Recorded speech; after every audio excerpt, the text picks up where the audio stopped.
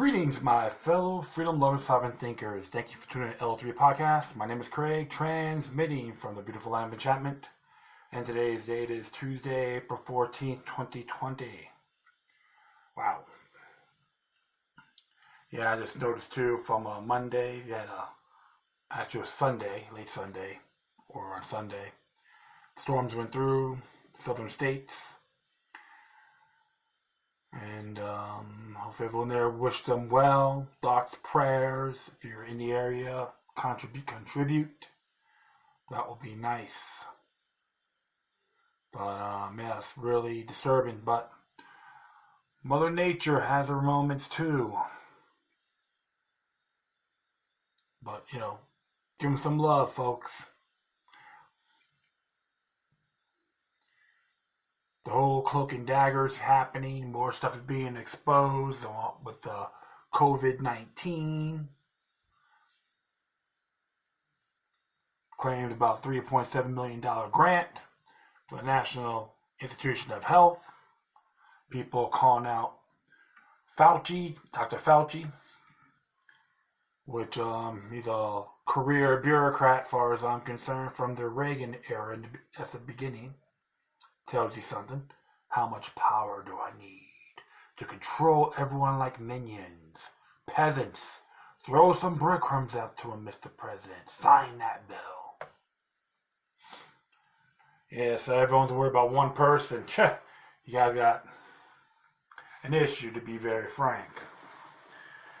So, we'll be talking about a couple things politically about President Trump, Joe Biden, and stuff pertaining to the right to keep and bear arms.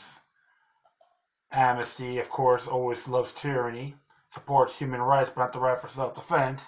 And, of course, we're going to examine the whole fact-check control and a fourth stimulus bill. More money being tossed away, printed up by the Federal Reserve.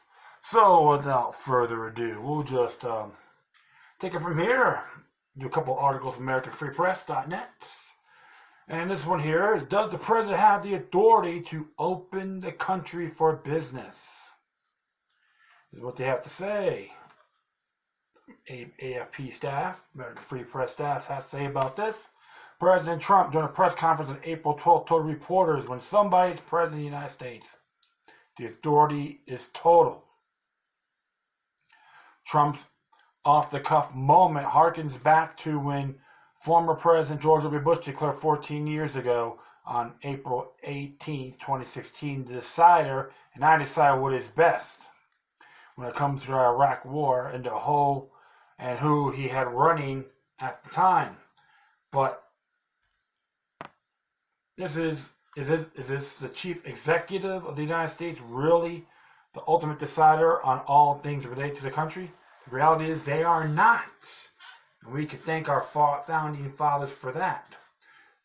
Senator Rand Paul from Kentucky was quick to blast Trump, claiming what he was one who would decide when and how the country would end the strict measures put in place by states to control the spread of the novel coronavirus known as COVID-19. In a tweet that has since gone viral, Paul wrote, "The Constitution doesn't allow the federal government to become the ultimate regulator of our lives because they waive a doctor's note. Power not delegated are reserved to the states and the people." That's the 10th Amendment, he's saying. If we dispense with constitutional restraints, we will have more to worry about than a virus. Paul is correct, and Trump should know this. Considering in the earliest stages of the pandemic in the United States, Trump rightly said it was up to the states to manage the situations based on what was going on in their regions. Earlier in April, Trump said the federal government was there to back up states. But it was the state's government's responsibility to manage the outbreak. Now, after weeks of strict measures that have tanked the stock market and caused jobless claims to spike, Trump is angling to push to get Americans back to work. Senator Marco Rubio, Republican from Florida, also blasted Trump for his claim. Rubio took to the Twitter of the state. How and when to modify physical distancing orders should and will be made. How to when to modify physical distancing orders should and will be made by governors. Federal guidelines issued by the Center for Disease Control and Prevention and the White House will be very influential, but the Constitution and common sense dictates these decisions be made at the state level. The question is not whether Trump is right or wrong about opening up the country again. It is that does he have the authority during an national emergency to dictate health policies to states? Most constitutional scholars don't believe he does. So, interesting. Looks like they did a typo here. Well, that's human here. No problem. Trump is not backing down, though. He has promised to release legal documents showing that he is the one who calls the shots. As of April 13th, his office has not published any legal arguments proving that the president has the power to overrule state authorities. However, in this founding country, the founding fathers were careful in their wording to give states considerable power in managing their affairs. So it's an autonomy. That's why we got sovereign states. The federal government, though, through the Commerce Clause related to business among states has considerable power, but that is specifically delegated to Congress, not the president. In Federalist Papers 45, James Madison wrote, "The powers delegated by the proposed Constitution to the federal government are few and defined. Those are to remain in the state governments are numerous and indefinite."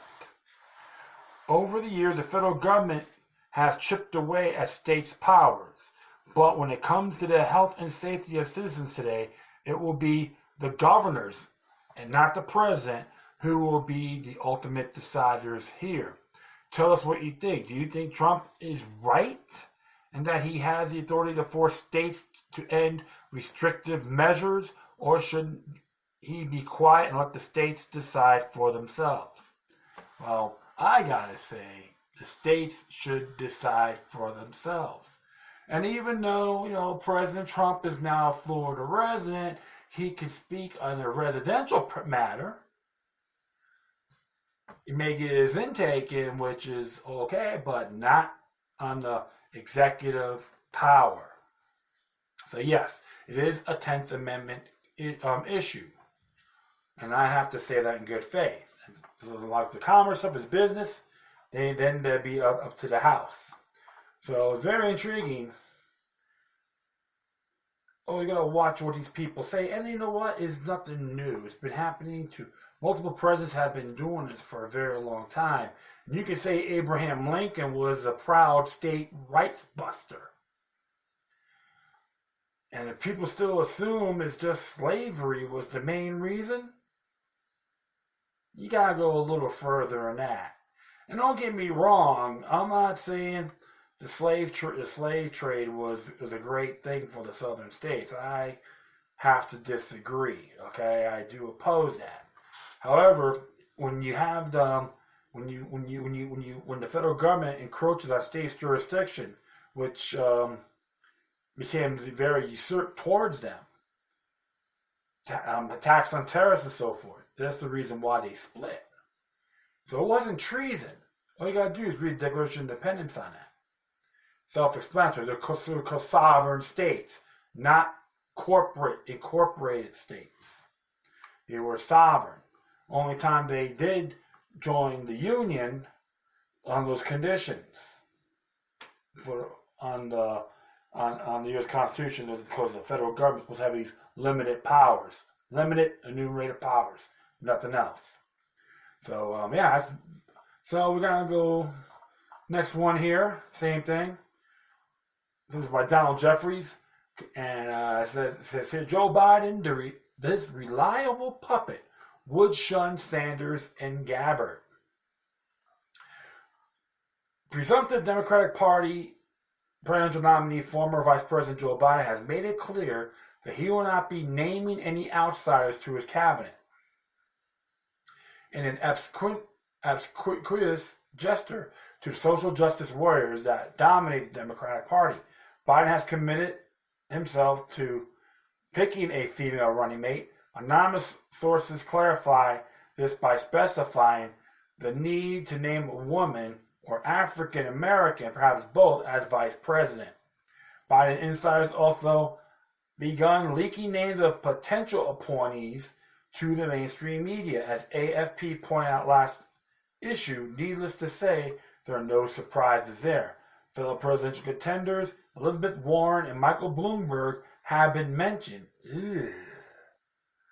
Warren is usually slotted in these scenarios as Treasury Secretary, where her anti-Wall Street rhetoric will be superseding a voting record that includes opposing an audit of the Federal Reserve.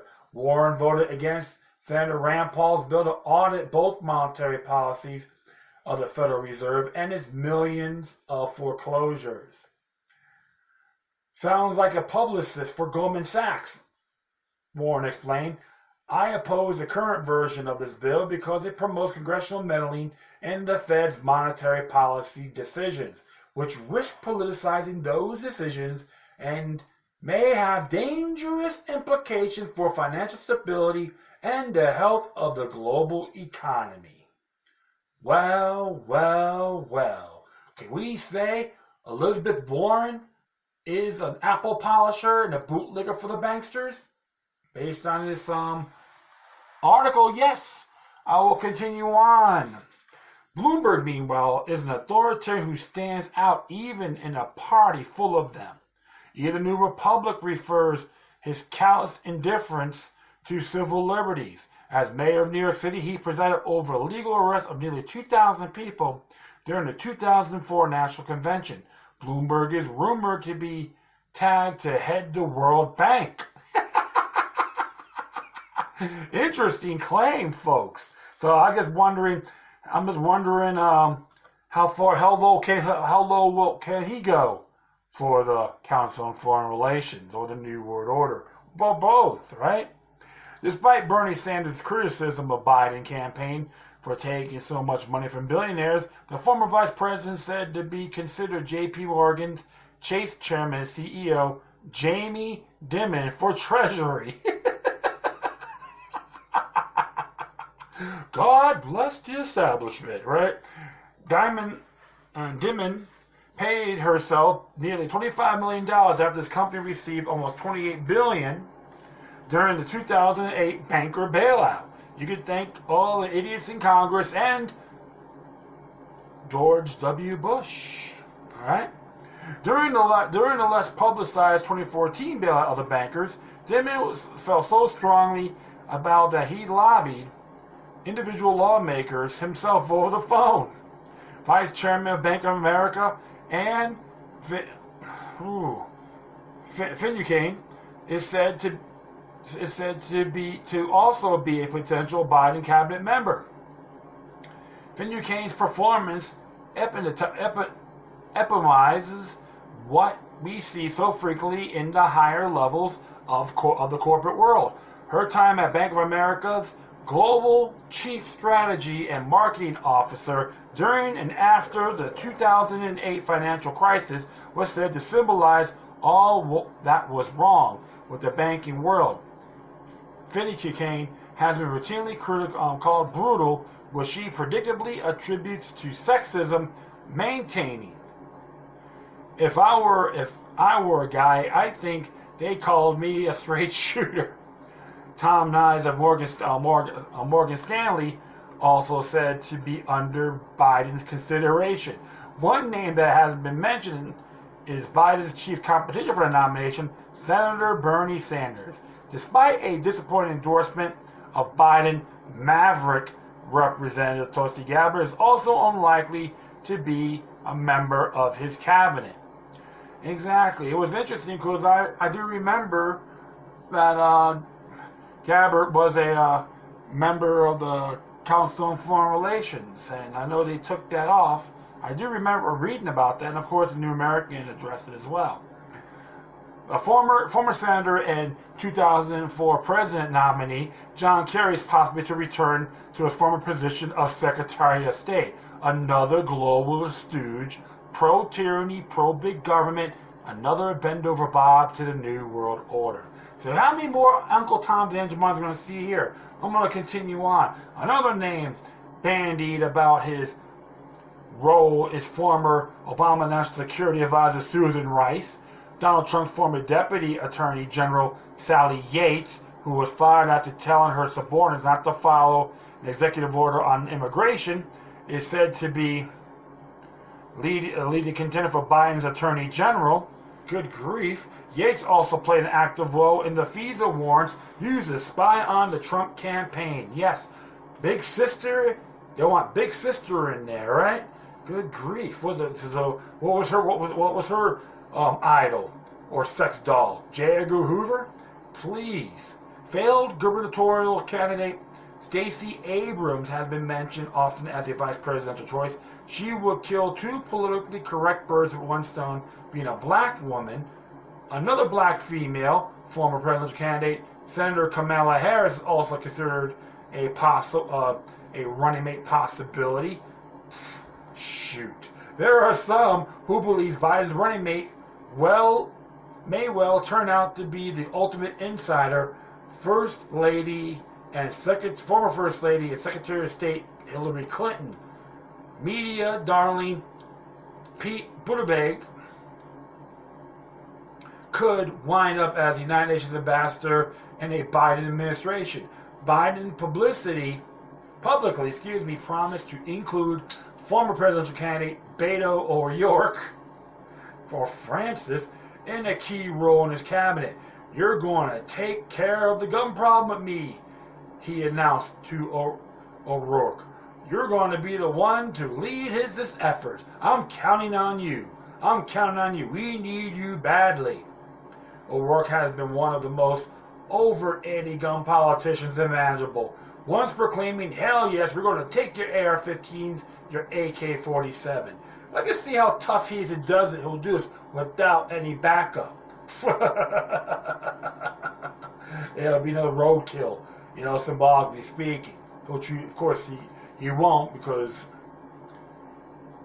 his testicular fortitude is in his mouth. Biden's theme is said to revolve around a return to normal plan. This is, of course, a response to Trump's unpredictable, often anti-establishment style. Biden would be the first president in a long time to run on a platform that doesn't criticize Washington, D.C. or political orthodoxy. In regard, he was unlikely to break as many promises as his predecessors. Yes, indeed, another globalist stooge with all his walking antimatter candidates. They think alike and smell the same, using tyranny, bar soap, and shampoo. So, it's just very funny because they all assume, like some people I know posted on there, if Sanders supports him, I will too. It's like saying real men love Rosie O'Donnell and Michael Moore was a fantastic role model. Come on, folks. You gonna buy that hype? You gonna buy that and back it up because you can't stand one person? Please, you're gonna have a bunch of yippee yapping yahooies in this cabinet too. You gotta start doing your homework instead of the hype or cult of personality. Wherever you a Trump worshiper or a hater, you're all the same. Because the truth of the matter is, I go by their actions. That's it. Not by their party. Wherever it's red or blue, prepare to get screwed. It's plain and simple. And you got a lot of these knuckleheads in here, like Elizabeth Warren. Oh, I support the banksters. So she should be wearing an I love Karl Marx button. Man. But you know what? Actually, people are learning more about these clowns. So, it will be one big turkey from Tinseltown debate if these two go at it. So that's why, and the question is Mr. Biden, Joe Biden, still on dementia. There's a lot of claims on that. I'm not crazy about the man, but I don't want to wish him any ill. But sometimes his actions, based on his actions, it's called blowback. But you just gotta stay tuned and see how far this thing goes, right? All right, well, talking about the Second Amendment issues here, natural rights. You got folks out there, but some people I know believe they should license gun owners. The question is this: is Jim Crow your role model?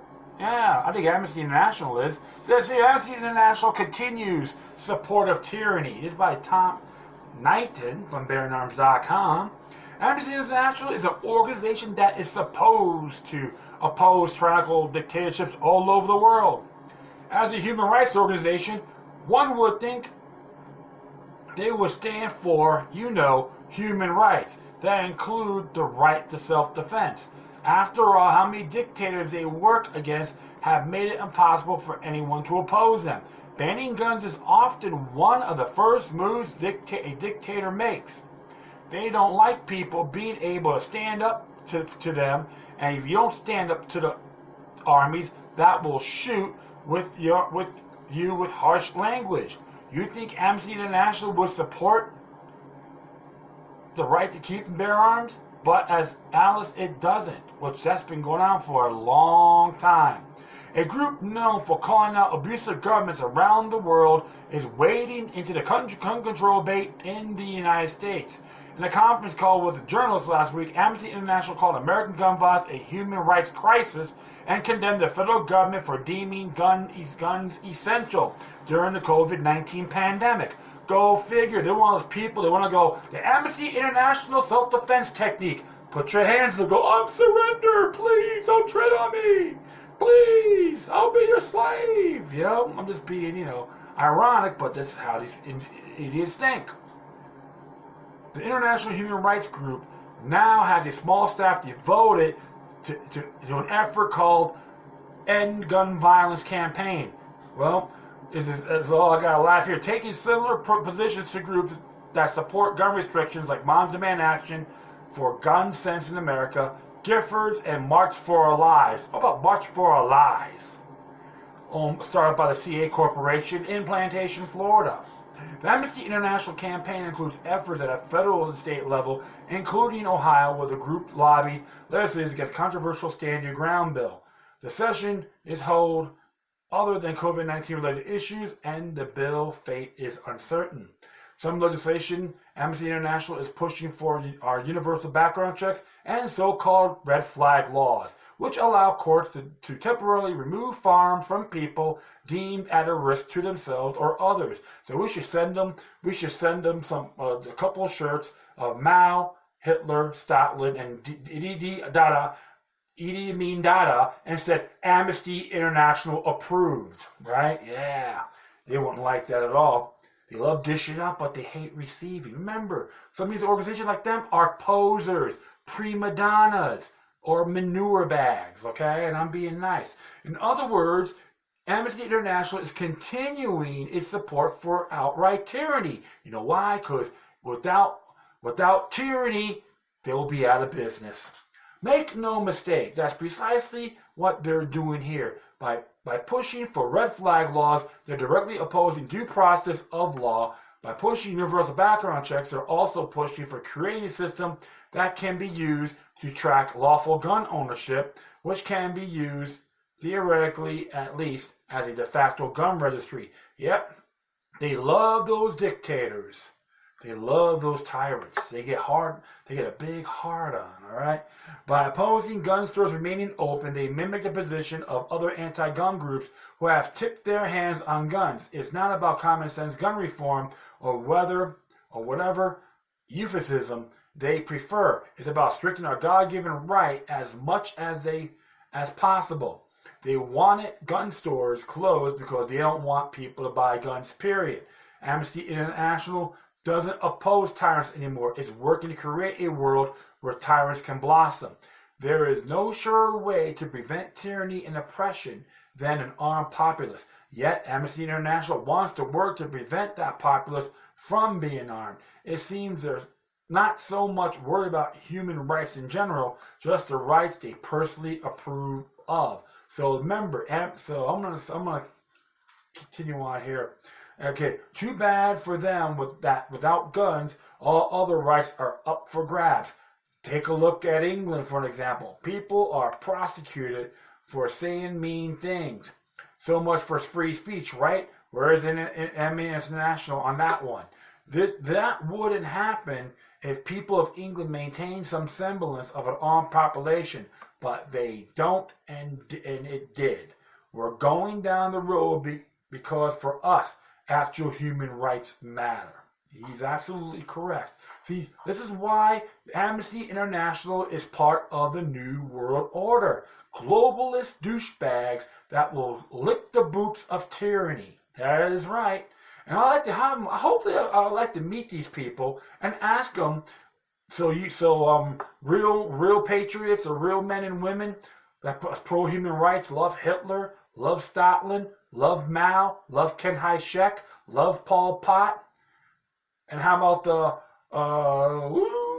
the Pasha regime from the Ottoman Empire? Yeah, you don't have to. You gotta have to remember them. And Mugabe. Yeah, those are the people they love. When it comes without tyranny, they'll be getting another job. That's what Amnesty International is about, folks. I knew about this for a very long time. When I first heard about them, about over 30 years. Okay, so that's one thing I have to say. They are pro-New World Order. They love Jim Crow laws. They are Uncle Toms and Aunt Jemimas to tyrants. I have digressed. I'm going to do one more here from Bearing Arms. And this is from Cam Edwards. Fact check. Gun control in a fourth stimulus bill. And you see an ugly photo of Nancy Pelosi. Back on January 30th, Representative Hank Johnson introduced H.R. 5717, a gun control bill on steroids that would, if enacted into law, impose a laundry list of any gun restrictions and our right to keep and bear arms, including requiring individuals to obtain a license to purchase, acquire, or possess a firearm or ammunition, raise the minimum age from 18 to 21 years to purchase firearms and ammunition, a universal background check for firearms transfers between private parties, a federal red flag law allowing a family or household member to petition the court for extreme risk protection or order to remove firearms from individuals, a ban on semi-automatic weapons and ammunition magazines that can be hold more than 10 rounds with the grandfather clause, banning unserialized firearms, undoing the Protection of Lawful Commerce Arms Act, allows the Consumer Product Safety Commission to issue safety standards for firearms and firearm components. Is Johnson anti-human is he a human racist? Yeah, he probably loves the Ku Klux Klan too, right? Hi, I'm Congressman Johnson, and the Ku Klux Klan was my biggest influence when it comes to your natural-born rights.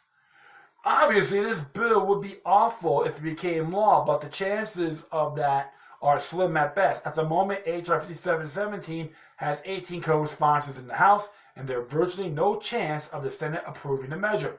Of course, you got the 10th Amendment, my friends, nullification. That hasn't stopped some folks for claiming, without any evidence whatsoever, that House Democrats are planning on inserting the language of H.R. 5717 into a fourth stimulus bill in the hopes of sneaking it past a pro-2A lawmakers and President Trump. It is possible that House Speaker Nancy Pelosi will try to sneak a gun ban language into the additional stimulus measures. Sure, it is possible, but if she were going to do so, why wouldn't she have done it with any other three stimulus bills that have passed so far? After all, those bills were passed in a much bigger rush than a potential fourth stimulus measure. Heck, Pelosi says the House isn't even coming back into session until early May, so she's clearly not in a hurry to force a vote of another financial package aimed at helping small businesses. We don't even have a proposed language for the fourth stimulus bill, so I'm unconvinced that unnamed sources have uncovered a big plan by Pelosi to rig the bill with poison pill gun control language. I think the reason this rumor sounds plausible to so many people is that we did watch as House Democrats try to pack the House stimulus bill full of unrelated items that have long been a prior for the party, including hundreds of millions of dollars for government agencies like the National Endowment of the Arts. If Democrats were willing to play games with a third stimulus measure by stuffing it full of pork, whether they would try to pack the next stimulus bill with gun control, I believe a real threat posed by H.R. 5717 will come this November, not May. If Democrats hold on the House and take back the Senate and the White House on Election Day, Johnson's bill could very well come up for a vote in the next session of Congress. I have no doubt it would pass. The measures proposed by Johnson aren't that different from Joe Biden's gun control agenda. There is no reason to believe that Biden would veto a bill if it got to his desk. I'm sure he'd be happy to sign off on a bill in the Oval Office, like surrounded by Bloomberg's anti-gun flunkies and an adoring press corps.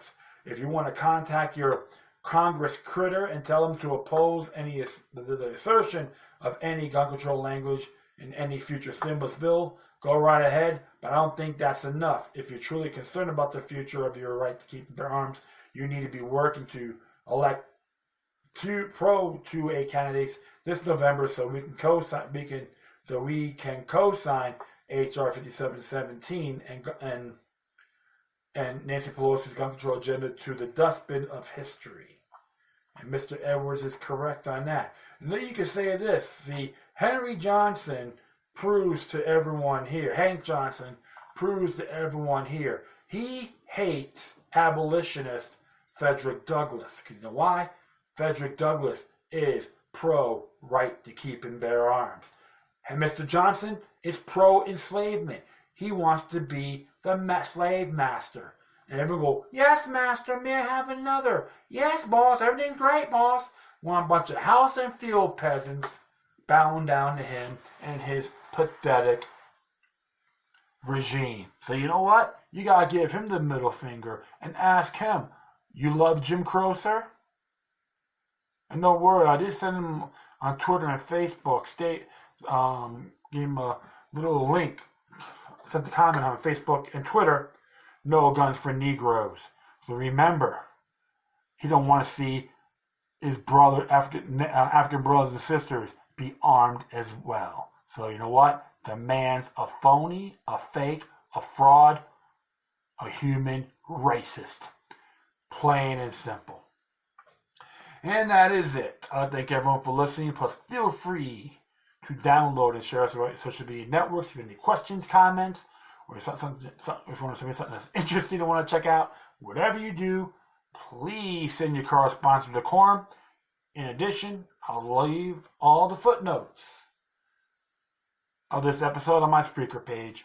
Once again, thank you for your time. Plus, always remember that demoniac resistance is healthy for the soul and can liberate humanity. Until next time, take care of yourselves, keep on spreading the love, and may your guardian spirits be with you.